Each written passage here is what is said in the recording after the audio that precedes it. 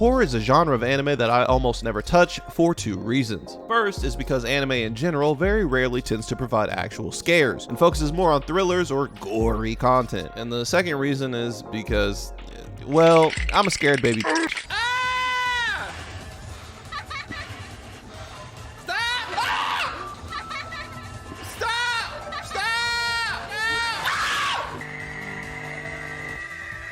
But since it's Halloween and to get over my very real and serious fear, I've decided to watch 24 hours of the scariest rated anime considered by you, the internet. I'll be starting with shows I've seen and that I know aren't scary, and slowly making my way into the real horror, ending with an anime that's been banned for how twisted it is. I'll also have a tier list to rank whether these anime are baby's first scare or something that I'm gonna have to work out in therapy. And you're definitely gonna wanna stick around because some of these shows get absolutely outrageous. And just to make sure I'm not up at 3 a.m. with all my lights on, I'll be calling in some help to get through these. So without further ado, the first anime up is...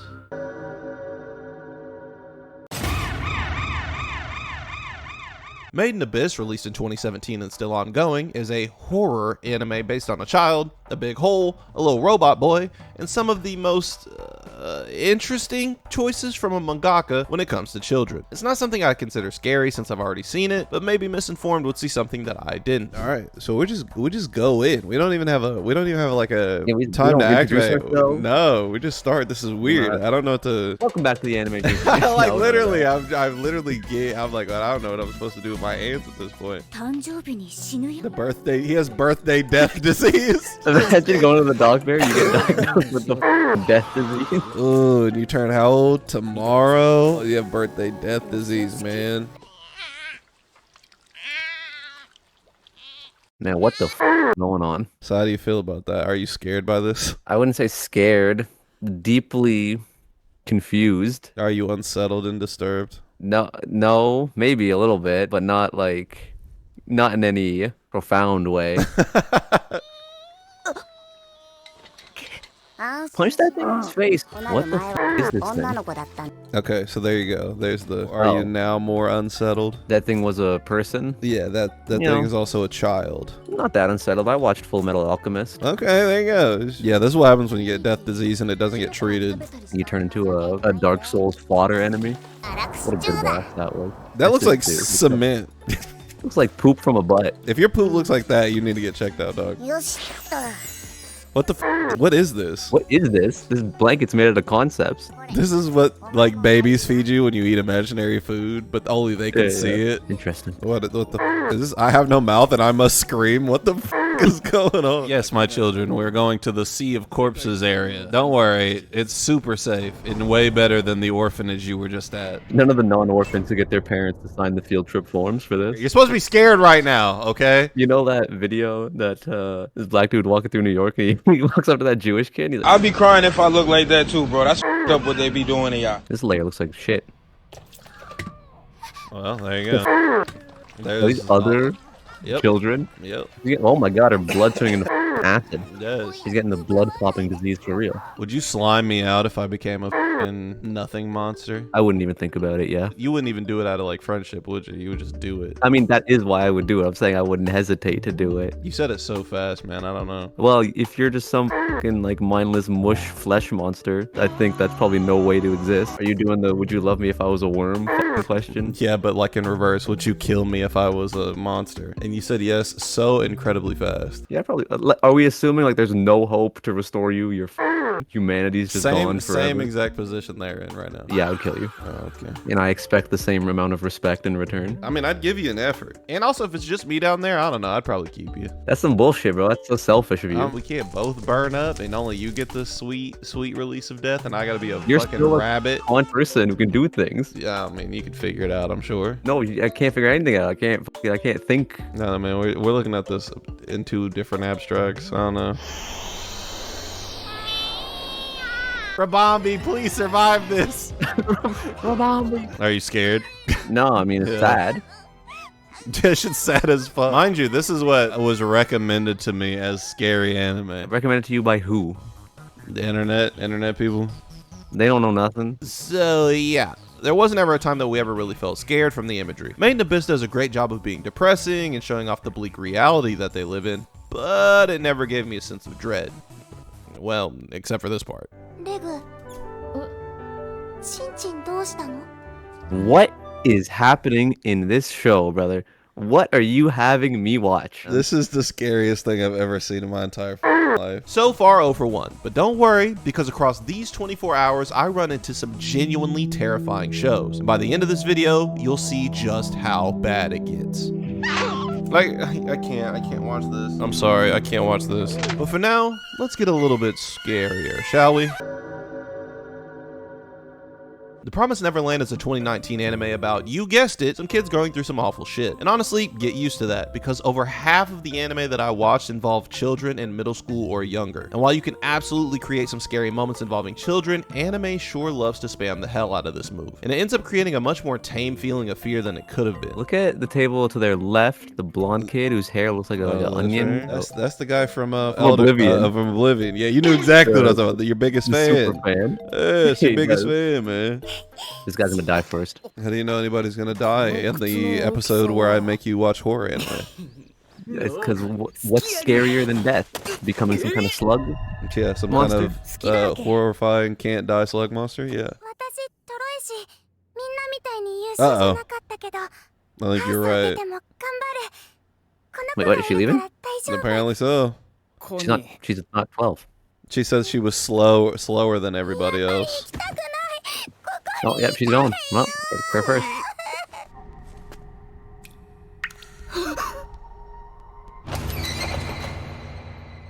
Damn. They wasted 0 seconds on that. Oh shit! I'd have been throwing up the whole way back, shitting and pissing. They would have smelled me a mile away. 私たち子供だけであんな化け物から。 They seem to know a lot about the world they live in, even though they're fucking 11 and have never seen a fucking vehicle before. 鬼ごっこと一緒。 It's like they're just making assumptions and they're just buckshotting every guess. Like Yeah, just they could just be like kids having an overactive imagination and thought they saw some shit they didn't. That'd be a crazy twist. Craziest twist. Oh, that's actually scared the shit out of me.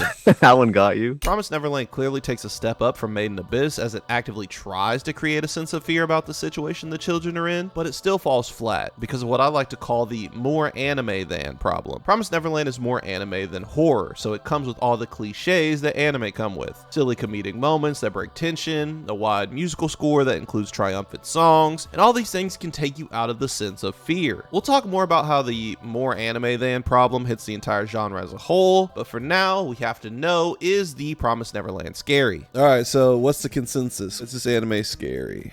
I guess. Sure. Why not? I haven't really found one that's scary yet, but you know, it did actually jump scare me with the random cut to the mom at the end. Other than that, not a single ounce of fear. Okay, 2 anime and 4 hours later, and we are not starting off too strong. And unless you count being scared of hearing about children's wee-wees, then we're gonna have to dig a little deeper. Next anime. Memories is a 1995 set of 3 short films packaged together. I never heard of it before, but while doing research, I was told that this was something that was very unsettling to watch. I watched all 3 short stories, and while I think this may have been one of the greatest things I've ever seen in my life, and I may even make a full video on why this should be mandatory watching, I'm only going to be focusing on the first story, Magnetic Rose, because it's the only one that really has any scary elements. Magnetic Rose is really where I think any sort of disturbing or unsettling feelings started kicking in for me. From the get-go, you have this feeling of isolation and cold and a deeper sense that something is going on while out in space. And space really is a perfect setting for a story like this. There's nowhere to go, and the eerie constant of darkness and quiet really do wonders for this short film. Okay, this is the first moment that I don't know what it is about this, but we're like already starting to get into something mildly unpleasant. Coupled with the opera and theater themes that tie into the story, and I found myself oftentimes with a sense of fear of the unknown. It's kind of like hearing a happy song in the dead of night. It feels way more sinister to hear Happy Birthday alone in your room versus at a Dave & Buster's surrounded by 38-year-olds doing the 6-7 dance. You really thought I wasn't gonna make a 6-7 joke, huh? I'm trying to appeal to this kid audience. I need that money. I mean, entertainment value. Anyway, Magnetic Rose is about a salvaging crew cleaning up debris in in space when they get a distress call from a spaceship graveyard. Among the wreckage, they find this big-ass Death Star where the SOS signal is coming from, and upon entering it, they learn that it was a floating palace for an old opera singer. Creepy shit starts going down, and we learn the tragic story of not only the opera singer who lived there, but also of the crew who went to save her. Dude, this movie's incredible so far. I'm like deeply invested. Garbage made to look pretty. Ooh, that almost scared me. Okay, so they do a lot of like first person, third person swapping, and that actually is like scary. Oh, stab this shit. Darling. What the fuck is going on? What the hell? What the fuck is going on? What the fuck is going on? This shit is on 10. This went from scary to like out of this. What the hell? Do you understand now? I'll show you. What the fuck is going on? Okay, we've exited the realm of scary again, and we've re-entered like this is much more of an anime thing. But like, man, what a movie, what a short story this is. I love it. Oh my god. Don't come up here. No way.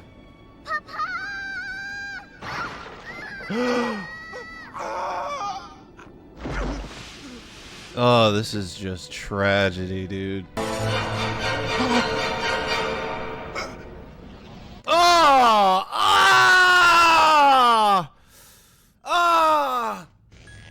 Oh, this is a hard watch. This isn't scary, but it feels terrible. Again, not scary. Oh, but deeply haunting. That was very sad. Put your helmet on, for God's sakes.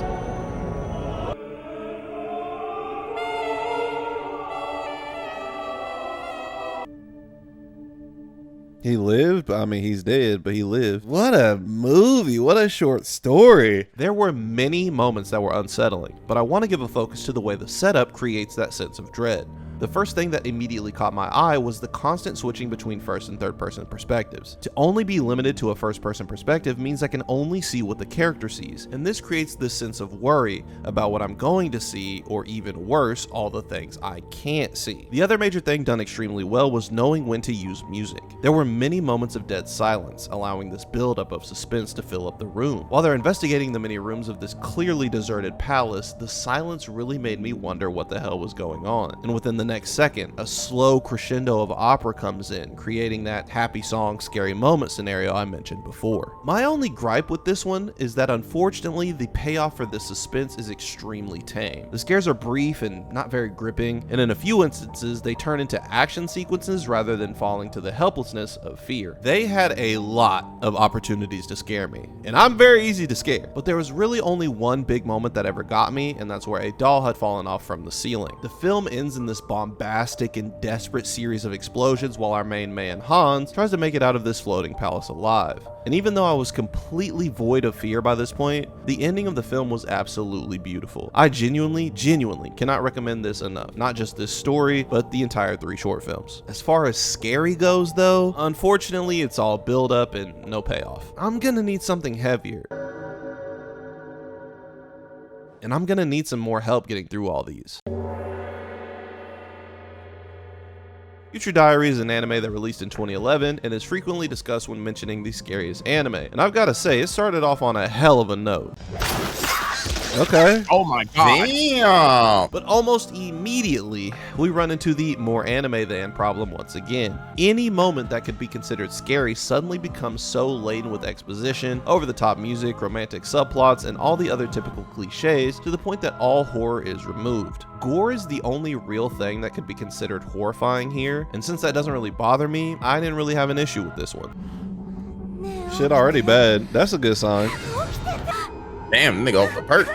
Hey, you know what? That's a decent start. That's, you know, shit looking like it's actually going to be, is attempting to scare you. Oh, hell. Yeah. Damn, that was so fast. That was so fast. 1A. Should I see?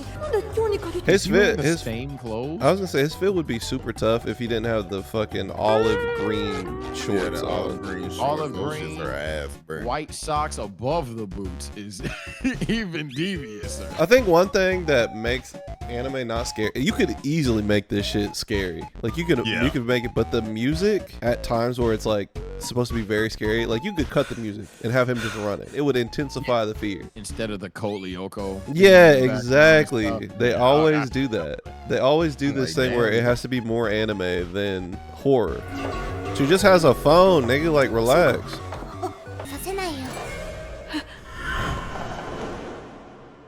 Can I get your number? The fuck going Oh on? shit! I was close. Let's go. Let's go. That's crazy. Okay. You think you would What be a the little bit more crazy thankful. stalker, bitch. Like somebody loves you enough to Look check sorry in as on hell you. with that little beanie on your head, nigga. Throw that shit the fuck off. And she like you with them olive shorts, like for real. Oh For my real. god, little chopped ass nigga. Oh, green fuck nigga. I mean, that was the most accurate fucking throw I've ever seen. All right.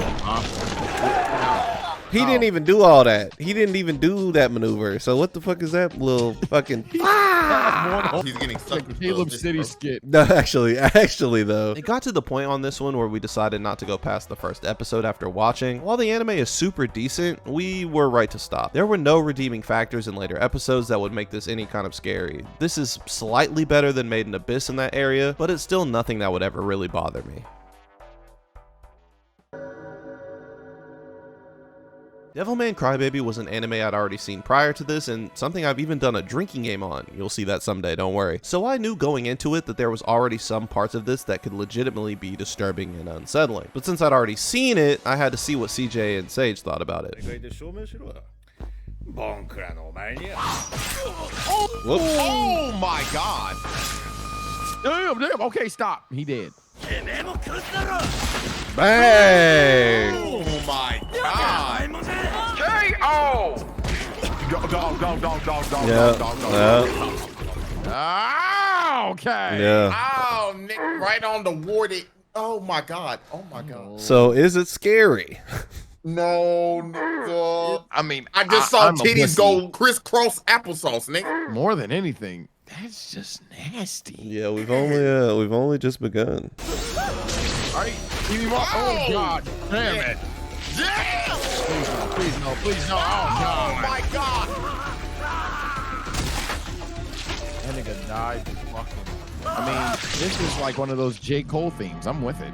Stay off of drugs, become a demon. Oh my god, yo. Yeah, that one was a little crazy. I can't lie. No, I didn't like that. Were you scared? Were you were you unsettled, disturbed, anything related to it? It's nasty though.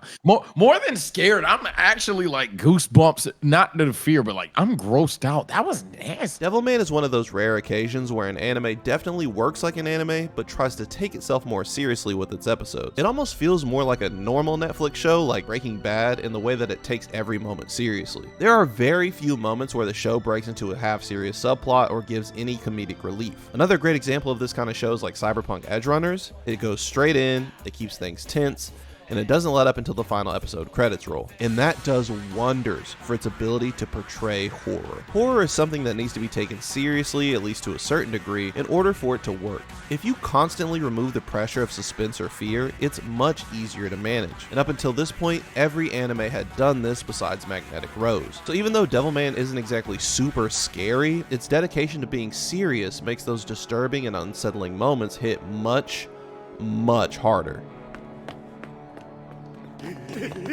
They robbed that nigga immediately. It shows you how bad this shit is, I'm telling you.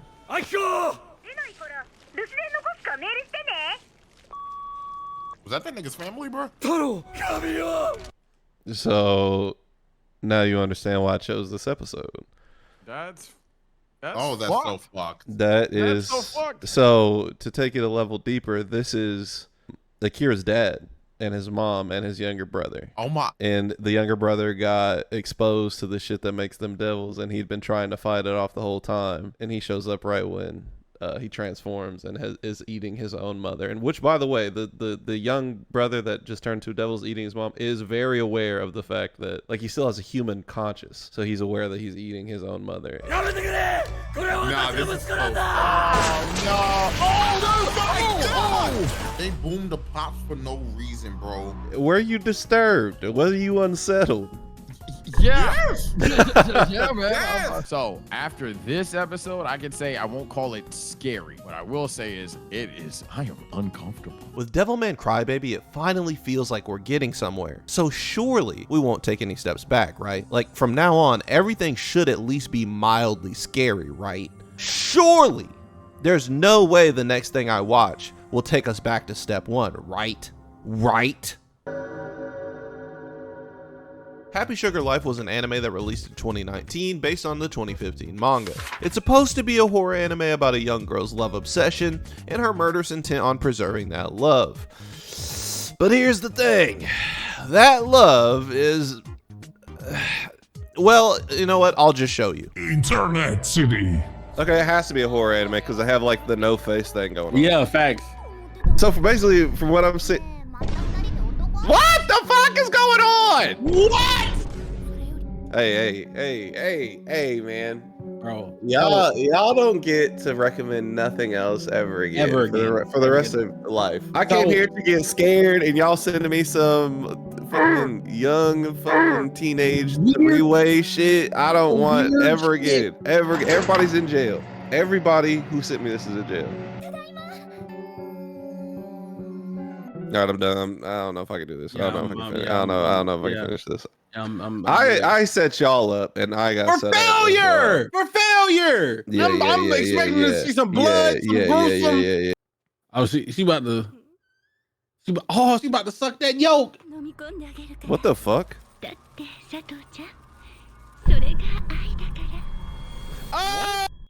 Oh no! What? Oh, What? no! Yeah, no, we're good off of this one. I'm good. I don't like that at all. Okay, there's a little horror element. That's scary. What? What? What? What? What? Now isn't What? the pot called the kettle black? Maybe Yo, she what? is looking at the other one like a sister type. No, she's not. Unconditional. Oh, they did love wedding type, vows. You know what I'm They, saying? No. bro, they married. Mike, Bro. they got married. You know, I'm just trying to keep my mind innocent, bro. I mean, not gonna lie, that gotta be the greatest way to go. She told you. Okay. And now I get it. You were the one that recommended this to me. He had an alternate account. The only thing I'm saying is, shorty, You were- if a shorty kill me while I'm getting the last nut, like, let me so fucking real. Wait, so one PDF is mad that the other PDF didn't let her Yes. do her activities. Literally, yes. Oh.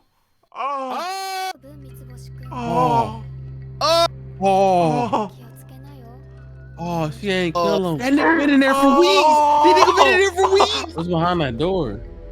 Oh, it's behind the door. I thought she was locking the door. It's just getting freaky. Whoa. Ooh. Oh! You know what? I'll take it. I'm not happy about this whole 20 minutes worth I'm of not shit. happy at all. but- Bro, I'm never getting this 20 minutes back. But the reveal that she had already murdered them, like, I fuck with that. Did that scare you? It scarred me for sure. It didn't scare me. It scarred me. I don't really know if you know this about me, but I'm not the biggest fan of fan service. And I'm really not a fan of anything you would consider lolly content. So as much as we tried to engage with this one, everything sort of fell out the moment we learned about what we were watching. The real horror was just trying to make it through the scenes of these two girls together. So unfortunately, we really couldn't make it through more than one episode without feeling uncomfortable with the show. But the show did genuinely attempt to be at least somewhat unsettling. And it's just a shame that it gave us 17 minutes of whatever the hell this is first. Not scary, next anime. Higurashi is an anime that was released in 2006 based on a visual novel of the same name. Now, apparently there's like 2 billion versions of Higurashi. Well, I didn't know that and just chose the first one I saw when I searched it up, which just happened to be the Sotsu version. I don't really know. Higurashi continues the horror genre's love for children, but immediately gets to business in creating the horror element. To give you a brief synopsis, these little motherfuckers are murderers, and they waste no time getting to it. Oh God, please. There's a nigga in there. The number one thing to scare me, some niggas. Oh shit. I know something wrong. I just can't prove it. I can't prove it. Odor away. Oh yeah. Oh no, they in it. In it for real. She weighing the options is crazy. Y'all want to do over under for this subplot real quick? Are we saying she killing her because she don't want nobody to replace her mom and take her dad away? It probably explained it in the first episode, so I'm glad we don't know the answer. She's killing her because she's actually just a serial killer, and she's using people that her dad brings home so that her dad could be the scapegoat. So she's actually even scarier. Yeah, that's what I'm gonna say it is. That's what I'm gonna say it is. Oh. Jesus. I was saying, you don't. Bro, lean forward. forward. That little girl ain't gonna stop you. Kick that little bitch ass. Bro, I would have broke that little girl hand. Right. Right there, grab it. Me? Yeah. All right. This is the moment. Oh, damn. shit. That's way big. Oh, How'd she even buddy. buy that? How did she even get that? Bro, I'm taking them heels off. Oh, she dead is right. It sucks because she came over to ask her to stop going to the club. Yeah, she didn't listen to none of that. I can't lie. Feet black. Yeah, but I was about to say you're a strong ass little kid. I ain't gonna lie, I'd have beat that hoe up. Oh my god. Boy, hey, look, boy, now I'm about to start training to beat up kindergartners, bro. Cause y'all ain't about to do me like this. Oh no, she cleaving her. Oh! All right, so I'll give y'all the choice. Do you want to skip more towards the end, the more climactic episodes, or do you want to watch the one directly after this? We can skip a little bit more to the end. Terrible choice, honestly, because I was not aware that Higarashi's plot goes sideways faster than your mom after a couple glasses of wine. Simply put, we were not ready. What? What? Whoa! Whoa! Whoa!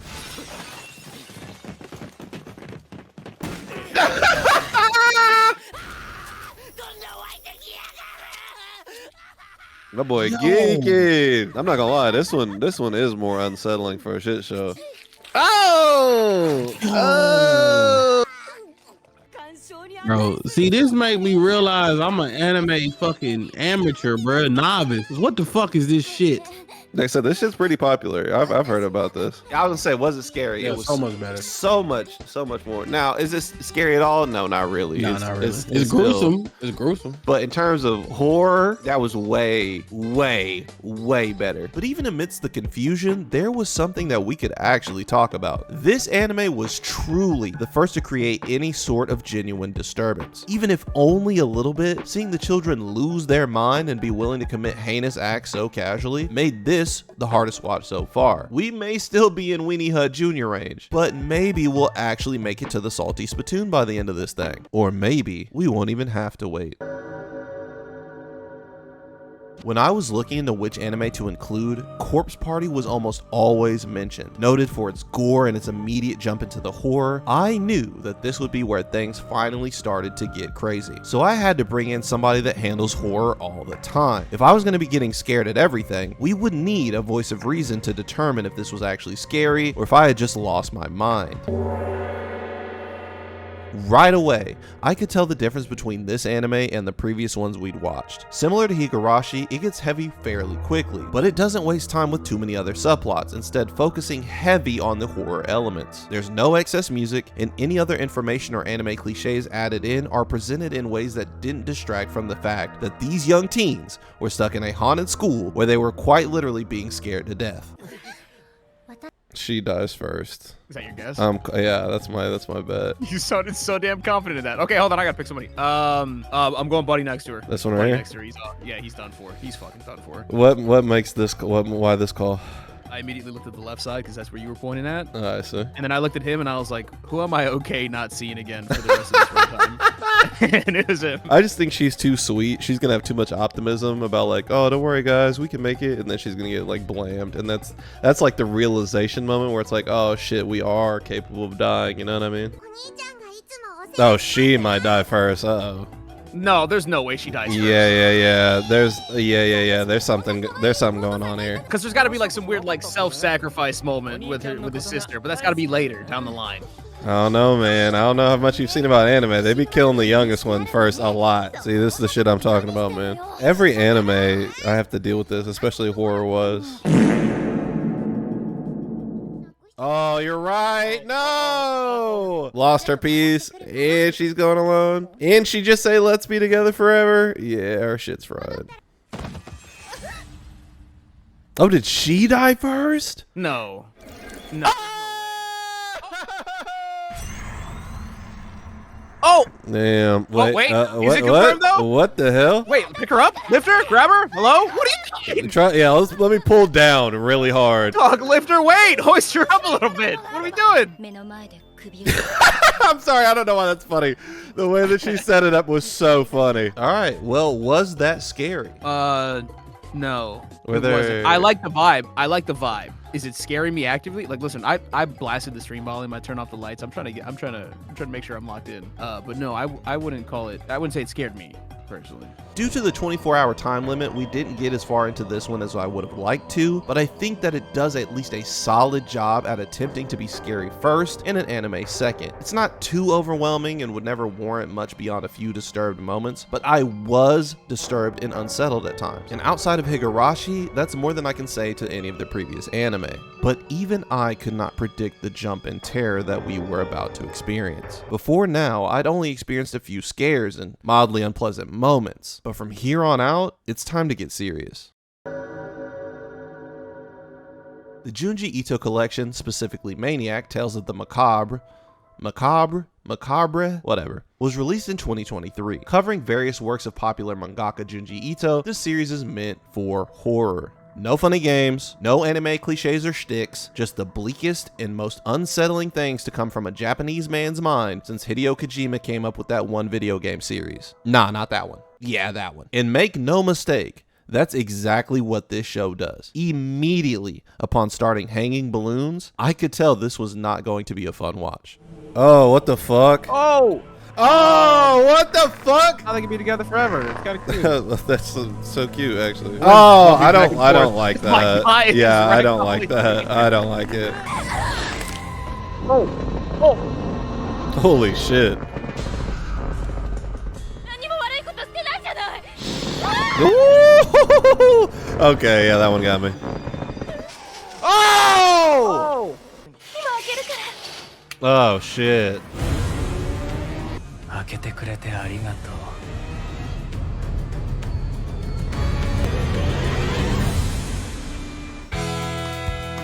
Don't play this happy ass music at the end of it. Holy crap. Now look, I was already happy with this. Finally, I'd found an anime that was genuinely upsetting, had a serious nature, and was, by all accounts, actually scary. But it wasn't scary enough. I needed something that was going to make me stand up and walk away. Something to shake me up. I needed to be scared. I needed...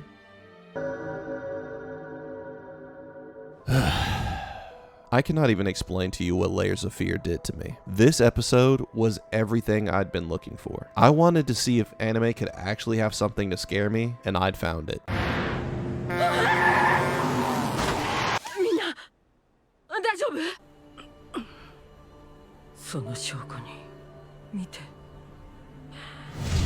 Oh! I didn't think they were gonna kill her. Bro, she ripped her face off. Oh, shit. Could you imagine you waking up and it's like, yeah, man, you lost your whole face. But it's okay because underneath your face was your face from last year.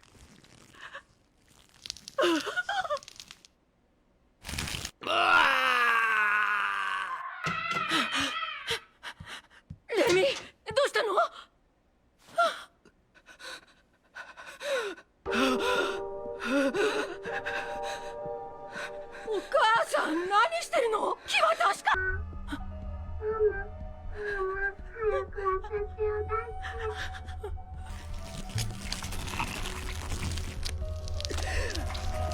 Yeah, no, this one's way scarier than the first one. I'm sorry, this is fucking me up. Oh my god. This is to see this mom act like this. Ah! Oh, she's gonna off herself. Yep. Oh. Oh, what is happening? No. Oh, she thinks she has there too. No. What the fuck is going on? What the fuck? We went from all of these other anime were bullshitting before this. I'm sorry. Everything before this was bullshitting so hard. This was the one that did it for me. This shit had me on the edge of my seat from the moment Okasan over here decided she was going for the Worst Parent of the Year award. Every moment of this episode was just full of stress. Learning about the body layers, the mom's obsession over one child and disdain for the other, not knowing how the curse works or who has it, and then the final reveal. My stomach turned, and by the end of it, I wanted to be done. And thankfully, Mr. GG agreed. Okay, was the Junji Ito collection, or at least the two that we watched, were they scary? Were they unsettling? What are your thoughts on it? Dude, yeah, I think so. I love that both of the stories are just, like we were talking about, just end so bleak. There's no happy ending. Nobody learns lessons. Like, no, first one, balloon heads, you're gonna die. Second one is just fucked. I love both of those. So that's it, right? We found the scariest anime, right? There's nowhere else to go from there. I don't even know what... Wait. Why am I only at hour 22? No, what could possibly be worse than this? Shoujo Tsubaki is a film that came out in 1992. It's a popular topic considering that the anime is so extreme in its themes that it's received very limited distribution and is outright banned in a few countries. Hearing about this anime in reviews and YouTube videos let me know that if there was any single show that was going to horrify me, it was this one. And I'll just let you know right now, it did. It did in all the worst ways. And even worse, I was left to watch it all alone. No guests, just a dimly lit monitor in a pitch black room, and the hardest anime I've ever had to watch. Shoujo Tsubaki is a story of a young girl named Midori. With her mother being sick and her father having gone away, Midori struggles to make money for the family. Inevitably, the mother passes away, and with nowhere left to run, Midori inadvertently sells herself into a traveling freak show circus, and terrible, terrible things ensue. Before I even get to how bad this anime is, I need to talk about how scary everything is here. The visuals and even the audio are terrifying. Because no production studios wanted to back this anime, it was all done by the director Hiroshi Harada. So it culminates in audio that peaks in a lot of areas but is oddly crisp during dialogue. It has visuals that are choppy and sudden but still well enough drawn to convey the idea. It gives this very surreal feeling to everything, like watching a cursed film from 60 years ago that skips and cuts randomly. Dude, even the audio is super fucking unsettling. I don't like it. It's so loud, it's mixed improperly, but that kind of makes me think it was done on purpose. Which I'm now fully in belief of, because her audio, her microphone quality is so clear, it's so crisp, but the audio is so distorted, it's so mashed up, and it's giving me the nastiest sense of unease. After seeing all that shit already, I'm kind of just a little stressed out. Even without the plot, this thing is disturbing to watch. And I kept looking over my shoulder the entire time I was watching because it was making me that paranoid. And the plot only makes it worse because the moment Midori gets to the circus, there is not a single happy moment for the rest of the film. She is immediately subject to the horrors of the freak show, and she's taken advantage of, to put it mildly, within the first 4 minutes of the film, and it only continues to go downhill. There is nothing that they don't do to this girl to ruin her life, from violence to sex crimes to constant berating and beatings to forcing her to take care of them every day. I was ready to stop watching this shit within 8 minutes. The scene that really did me in and made me want to stop watching was after months of Midori going through these heinous acts. She finds this litter of puppies and tries to take care of them. This is her only source of happiness in life, and she tries to hide the puppies from everyone at the circus because she knows they'll use those dogs to fuck with her. And what do you think happens instantly in the next scene? I can't even show you this, but you know what? I'll just show you how it ends. Like, I can't watch this. I can't watch this. I can't watch this. I'm sorry. I can't watch this. I can't watch this. I can't. I physically can't. This is not fucking, this is so bad. I can't even show anything on the screen, dude. I like, just believe me when I say that it being banned makes sense. It gets so bad that the saving grace of this anime, the thing that brings Midori happiness, is a 40-year-old tiny magician who starts dating her. A 14-year-old's best chance at happiness in all of this bullshit is to be groomed by a 40-year-old man. And because all she knows is people treating her like actual trash, she falls in love with this man. Things only get worse as this man is very jealous and even more of a piece of shit, so things go even more off the rails when conflict arises between all the freak show performers. My man's going fucking, what the fuck?